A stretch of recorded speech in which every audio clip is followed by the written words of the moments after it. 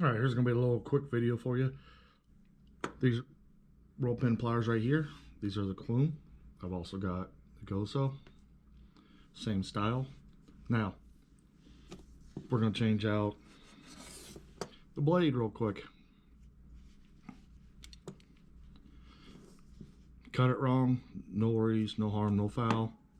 Turn around, take your tool, line it up on your pin,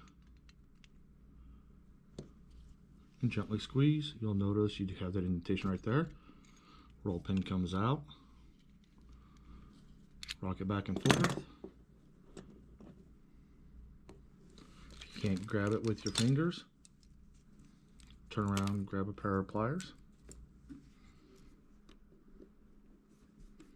Pull it out, start to the side. Take your new blade. I don't use any of the blades from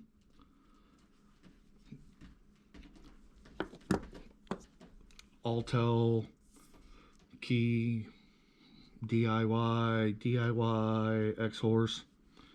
Now you see these holes right here? Put your roll pin right in there.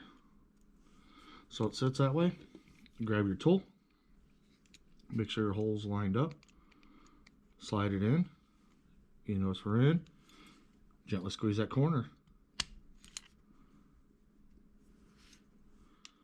Notice how it starts. Rotate to where you're right here on the tip.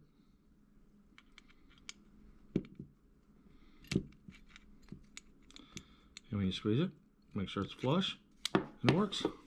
There you go. You've got 1, 2, and 3 different holders right there. Make sure you get it lined up. Hey, thanks again for watching. If you would, go ahead and give us a thumbs up, whatnot. Subscribe. We're going to be posting all these little how-to videos. Thanks again for watching. Be safe.